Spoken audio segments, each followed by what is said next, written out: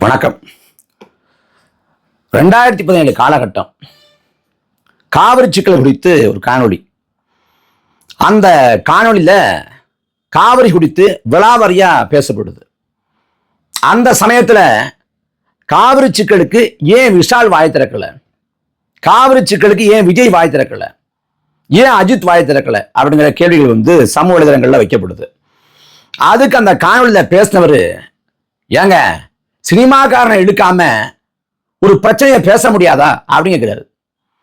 அதே நபர் அனிதா குறித்து ஒரு காணொளி போடுறாரு. தங்க அனிதா குறித்து அவரோட மரணத்துக்கு பிறகு மிக சிறப்பா பேசியிருந்தாரு, நியாயத்தை எடுத்து வச்சிருந்தாரு.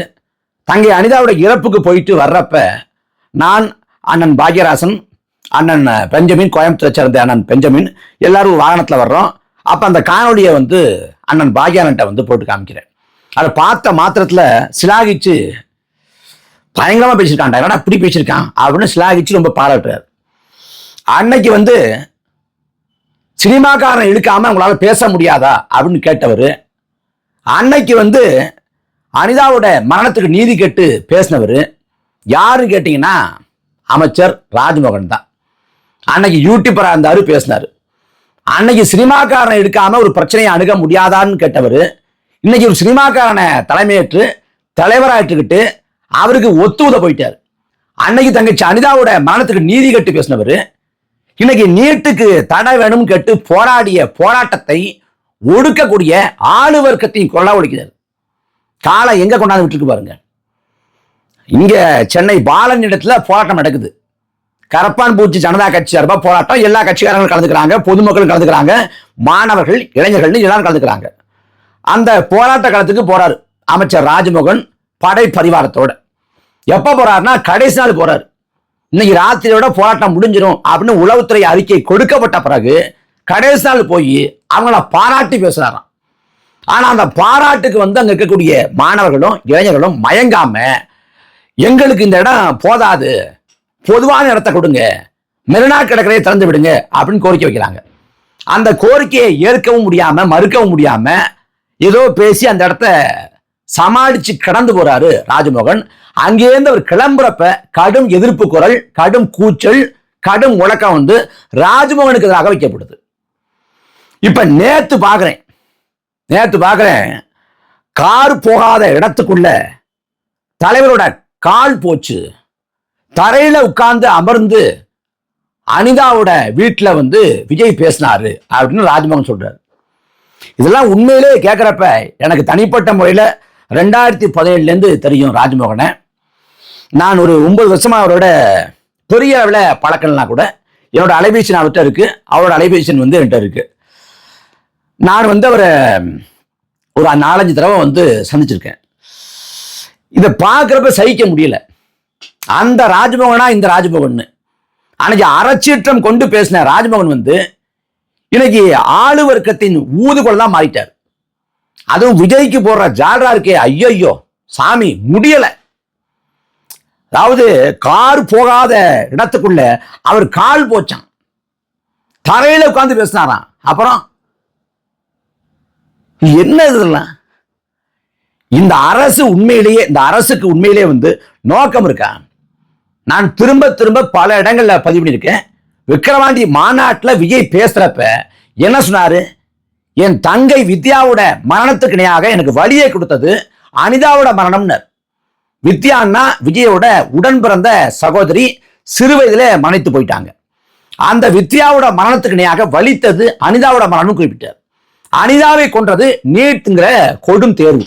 அந்த தேர்வு முறை இன்னைக்கு இந்தியா முழுக்க நீட் தேர்வு முறை அமலாக்கம் செய்யப்பட்டிருக்கு. இப்ப நீட் தேர்வு முறையை ரத்து செய்வது உடனடியாக சாத்தியம் இல்லை. ஏன்னா மத்தியில் ஆளக்கூடிய அரசுக்கு அந்த நோக்கம் இல்லை. மத்தியில் ஆளக்கூடிய அரசு இப்போதைக்கு மாறுவதற்கும் வாய்ப்பு இல்லை. 2029 வரைக்கும் இதான் நிலைமை. அதனால கல்வியை மாநில பட்டியலுக்கு கொண்டு வர்றதுக்கு மிக மிக குறைந்தது 2029 வரைக்கும் எந்தவித வாய்ப்பும் இல்லை. அப்ப தமிழ்நாட்டுக்கு இப்ப வாய்ப்பு என்னன்னா, தமிழ்நாட்டுக்கு குறைந்தபட்சம் விலக்கு கோரலாம். தமிழ்நாட்டில் நீட் தேர்வுக்கு விலக்கு கேட்டு 3 முறை மசோதா ஏற்றப்பட்டிருக்கு, 3 முறை தீர்மானம் ஏற்றப்பட்டிருக்கு. 2017 நீட்டுக்கு விலக்கு கேட்டு அதிமுக 2 மசோதா ஏற்றிருக்கு. 2021 திமுக நீட்டுக்கு விலக்கு கேட்டு மசோதா ஏற்றிருக்கு. 2022ஆம் ஆண்டு மீண்டும் 21 ஏற்றிய மசோதாவே திமுக ஏற்றி அனுப்பி வச்சிருக்கு. திரும்ப 2024 திமுக நீட்டுக்கு எதிராக ஒரு தீர்மானம் போட்டிருக்கு. இப்ப 2026ஆம் ஆண்டு தாவேகாட ஆட்சி காலத்துல நீட்டு வேண்டாம்னு இவங்களும் ஒரு தீர்மானம் போட்டிருக்காங்க. இப்படி திமுக, அதிமுக, தாவேகான்னு தமிழ்நாட்டில் இது வரைக்கும் 6 முறை மசோதா, தீர்மானம் எல்லாம் ஏற்றப்பட்டுருச்சு. இப்போதைக்கு கல்வியை மாநில பட்டியலுக்கு கொண்டு வர்றது சாத்தியம் இல்லை. ஏன்னா அதிகாரம் இல்லை, அதுக்கான அதிகாரம் இல்லை, அங்க இல்லை. அதிகாரம் கொண்டவங்க அந்த நோக்கத்துல இல்லை. அப்ப இந்தியா முழுக்க நீட்டை ரத்து பண்ணலாம் கூட குறைந்தபட்சம் தமிழ்நாட்டுக்கு விலக்கு வேணும். தமிழக சட்டமன்றத்தில் தான் விலக்கு கேட்டு தீர்மானம் போடப்பட்டிருக்கு. அந்த விலக்கு எப்போது சாத்தியப்படும்? உதயநிதி ஸ்டாலின் 50 லட்சம் கையெழுத்து இந்த நீட் விலக்கு கேட்டுனர். நீட்டு விலக்குக்கு தேவை 50 லட்சம் கையெழுத்து இல்ல, ஒரே ஒரு கையெழுத்து தான். யாரோட கையெழுத்து? அது ஜனாதிபதியின் கையெழுத்து. அப்ப ஜனாதிபதியின் கையெழுத்து தேவைன்னா அதுக்கு தமிழ்நாட்டை ஆளக்கூடிய ஆட்சியாளர்கள், தமிழ்நாட்டு மக்கள் எல்லாரும் மிகப்பெரிய அரசியல் நெருக்கடிய அழுத்தத்தை கொடுக்கணும். அதுக்கு உதாரணம் என்னன்னா, 2014ஆம் ஆண்டு ஜல்லிக்கட்டுக்கு எதிராக பல பீட்டா உள்ளிட்ட பல பேர் வழக்கு போடுறாங்க 2014க்கு முன்பு. அதுல 2014 உச்சநீதிமன்றம் ஜல்லிக்கட்டுக்கு தடை போட்டுருது, முழுவதுமா தடை போட்டுருது. தடை போட்ட பிறகு தமிழ்நாடு முழுக்க மாணவர்களும் இளைஞர்களும் பொதுமக்களும் ஒன்று கூடி பல லட்சக்கணக்கான பொதுமக்கள் வீதியில் இறங்கி போராட்டம் பண்ணாங்க. மொழிப்போருக்கு பிறகு தமிழ்நாடு கண்ட மிகப்பெரிய போராட்டம்னா இந்த ஜல்லிக்கட்டுக்காக நடந்த போராட்டம் தான். தை மாதத்துல நடந்ததால அந்த தை புரட்சி அப்படின்னு கூட வர்ணிச்சாங்க. அந்த போராட்டம் நடந்த பிறகு என்ன ஆகுதுன்னா, இந்த ஜல்லிக்கட்டுக்கு தடை எதனால போடப்பட்டுச்சுன்னா, மிருகவதை தடுப்பு சட்டம் 1960, அதுக்கு முரணா இருக்கு ஜல்லிக்கட்டு அப்படின்னு சொல்லி அந்த தடையை உச்சநீதிமன்றம் போடுது. ஆனா அந்த மாணவர்களும் இளைஞர்களும் போராடின பிறகு, ஒரு அரசியல் நெருக்கடியும் அழுத்தமும் பிறந்த பிறகு, அன்னைக்கு ஆண்டு கொண்டிருந்த ஐயா ஓபிஎஸ் தமிழக சட்டமன்றத்தில் ஒரு மசோதாவை ஏற்ற வேண்டிய நெருக்கடிக்கு தள்ளப்படுறார். அதுக்கு எல்லா கட்சியும் ஒத்துக்கொள்ளுது. அதனால தமிழக சட்டமன்றத்தில் ஜனவரி 21, 2017ஆம் ஆண்டு ஒரு மனதாக அனைத்து கட்சிகளோட ஒப்புதலோட அன்னைக்கு ஆண்ட அதிமுக ஒரு மசோதா ஏற்றுது. அந்த மசோதா என்னன்னா, மிருகவதை தடுப்பு தமிழ்நாடு திருத்த சட்டம் 2017. அந்த மசோதா ஏற்றப்பட்டு ஜனவரி 21 மசோதா ஏற்றப்படுது. ஜனவரி 31 அந்த மசோதாவுக்கு அன்றைக்கு ஜனாதிபதியாக இருந்த பிரணாப் முகர்ஜி ஒப்புதல் கொடுத்தார். அவசர காலத்தில் ஒரு மசோதா ஏற்றப்படுது, அனைத்து கட்சிகளும் ஒத்துக்கொள்ளுது. அந்த மசோதாவுக்கு 10 நாட்கள்ல பிரணாப் முகர்ஜி ஒப்புதல் கொடுத்தார். அது சட்டமாகி இந்த மிருகவதை தடுப்பு சட்டம் காளைகளுக்கும் ஜல்லிக்கட்டு போட்டிக்கும் பொருந்தாது அப்படின்னு வருது. சட்டப்பூர்வமா ஜல்லிக்கட்டுக்கு இருந்த தடை விலகுது. உச்சநீதிமன்றமே ஜல்லிக்கட்டு நடத்தக்கூடாது தடைன்னு அறிவிச்சிட்ட பிறகும் அவசரமா ஒரு மசோதா ஏற்றி அந்த மசோதாவுக்கு ஜனாதிபதி பிரணாப் முகர்ஜி ஒப்புதல் கொடுத்து அது சட்டமாகி ஜல்லிக்கட்டு நடக்குது. எதனால சாத்தியப்பட்டுச்சு? அன்னைக்கு ஆண்ட அதிமுகவாலையா, அன்னைக்கு மத்தியில் ஆண்ட பாஜகவாலையா, யாரால சாத்தியப்பட்டுச்சு? தமிழ்நாடு முழுக்க போராடிய லட்சக்கணக்கான மக்களால. அவங்க வீதியில் இறங்கி போராடினால ஒரு அரசியல் நெருக்கடியும் அழுத்தமும் பிறந்து இங்க ஆண்ட அதிமுக அரசும் அங்க ஆண்ட பாஜக அரசும் எல்லாம் அடிபணிந்தது, சாத்தியப்பட்டது. அதே போல நீட் விலக்க பொறுத்த வரைக்கும் தமிழ்நாடு 3 முறை மசோதா 3 முறை தீர்மானம் போட்டாலும் மத்திய ஆளக்கூடிய பாஜக அரசு அடிபணியாது. தமிழ்நாடு முழுக்க நீட்டுக்கு விலக்கு கேட்டு மாணவர்களும் இளைஞர்களும் பொதுமக்களும் எல்லாரும் ஒன்று திரண்டு ஒரு கட்சி போராட்டமா இல்லாம, இயக்க போராட்டமா இல்லாம, பொதுமக்கள் போராட்டமாக ஒரு அரை நாள் போராட்டம், ஒரு நாள் போராட்டம், ஆர்ப்பாட்டம், பட்டினி போராட்டம் அப்படின்னு சுருங்காம கால வரையறை இல்லாம ஒரு போராட்ட கோரிக்கை நிறைவேறும் வரை, அந்த போராட்ட நோக்கத்தில் வெல்ற வரைக்கும் தொடர்ச்சியா தமிழ்நாடு முழுக்க லட்சக்கணக்கான மக்கள் வீதியில் இறங்கி போராட்டம் பண்ணா நீட் விலக்கு தமிழ்நாட்டுக்கு வசப்படும். அப்படி போராடுவதற்கான களத்தை தாவேக அரசு தயார் பண்ணுமா? இங்க ஒண்ணும் செய்ய வேண்டாம். விஜய் ஒண்ணும் செய்ய வேண்டாம். மெரினா கடற்கரையில ஜல்லிக்கட்டுக்காக போராட்டம் நடந்தப்ப ஒரு நள்ளிரவுல விஜய் வர்றாரு. மூஞ்சில அந்த கைக்குட்டைய கட்டிக்கிட்டு யாருன்னே தெரியாத மாதிரி கலந்துக்கிட்டு அவர் போயிடுறாரு. பின்னாடி அதுக்கடுத்த நாட்கள்ல தான் அந்த புகைப்படம் வெளில வருது. அப்பதான் அந்த போராட்டத்துல வந்து விஜய் பங்கேற்றாரு அப்படின்னு தெரியுது. அப்ப மெரினாவில் நடந்த போராட்டத்தை விஜய் பங்கேற்றது மூலமாக அந்த போராட்டத்துக்கு ஆதரவு அப்படின்னு புரிஞ்சுக்க முடியுது. இப்ப அதே மெரினா கடற்கரைய அன்னைக்கு வந்து தமிழனோட பண்பாட்டு உரிமைக்காக ஜல்லிக்கட்டுங்கிற போராட்டம் நடத்தப்படுச்சு. இன்னைக்கு தமிழனோட கல்வி உரிமைக்காக நாம நீட்டு விளக்குக்காக மெரினா கடற்கரையில போராடுவதற்கு மெரினா கடற்கரையை வந்து தாவேக அரசு திறந்து விடட்டும். தாவேக அரசு வந்து சட்ட போராட்டமோ அற போராட்டமோ அரசியல் போராட்டமோ எந்த போராட்டம் நடத்த வேண்டாம். போராடுகிற மாணவர்களுக்கு வந்து பாதுகாப்பு கொடுங்க, போராட்டத்தை ஒழுங்குபடுத்துங்க, போராடுவதற்கு வந்து தமிழ்நாட்டை வந்து களத்தை தயார் பண்ணி விடுங்க. அதை செய்யுமா? ஆனா ராஜ்மோகன் சொல்றாரு, அனுமதிக்கப்பட்ட போராட்ட வடிவங்களை எடுக்கணும், சட்டப்பூர்வமா போராடணும். நாட்டில் வந்து வெள்ளைக்காரன் எடுத்து சட்டப்பூர்வமா தான் போராடுவேன் அப்படின்னு இருந்தாங்கன்னா அன்னைக்கு நாடு விடுதலை பெற்றிருக்காது. வெள்ளைக்காரன் எடுத்து நடந்த போராட்டங்கள் எல்லாமே சட்டத்தை மீறி அனுமதியை மீறி நடந்த போராட்டங்கள் தான். பகத்சிங் வந்து அனுமதி வாங்கிட்டா பார்லிமெண்ட்ல போய் குண்டை வீசினாரு. அன்னைக்கு பூலித்தேவனும் அழகுமுத்துக்கோனும் தீரன் சின்னமலையும் வெள்ளைக்காரன் எடுத்து போராட்டம் பண்றப்ப அனுமதி வாங்கிட்டா போராட்டம் பண்ணாங்க. அதெல்லாம் உரிமைக்கான போராட்டம். சட்டத்துக்கு அவங்க உட்படல, ஆனா நியாயத்துக்கு உட்பட்டாங்க, நியாயத்தின் பக்கம் நாங்க. இந்த நாட்டில் தமிழ்நாட்டில் நடந்த போராட்டங்கள் மொழி போராட்டமா இருக்கட்டும், வகுப்பாரி பிரதித்துவம் 1950 வகுப்பாரி பிரதித்துவம் வந்து ரத்து செய்யப்படுது, இடஒதுக்கீடு வந்து ரத்து செய்யப்படுது. அதாவது அரசியலமைப்பு சட்டம் அமலுக்கு வந்த பிறகு இடஒதுக்கீடு ரத்து செய்யப்படுது.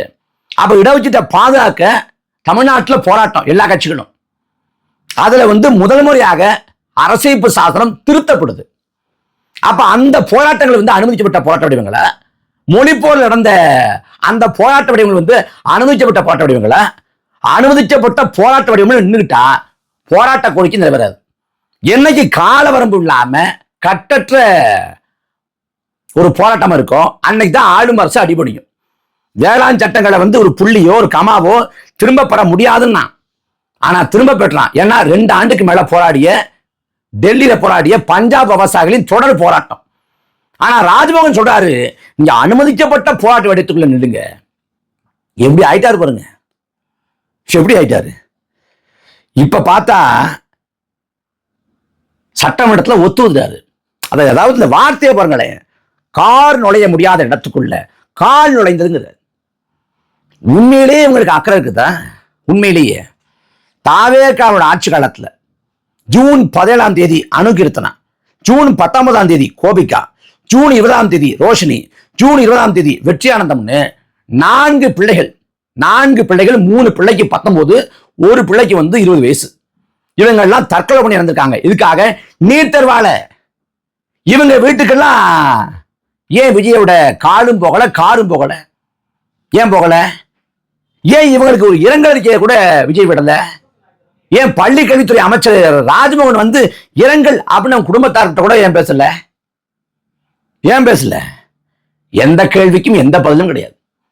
ஆனா சொல்றாரு ராஜ்மோகன், 1000 அவதூறை அள்ளி வீசினா கூட அந்த மாமனிதனோட அந்த மாமனிதனுக்கு வந்து களங்கம் விளைவிக்க முடியாது. யார் மாமனிதன்? விஜயா? விஜய மாமனிதன் சடுதான்.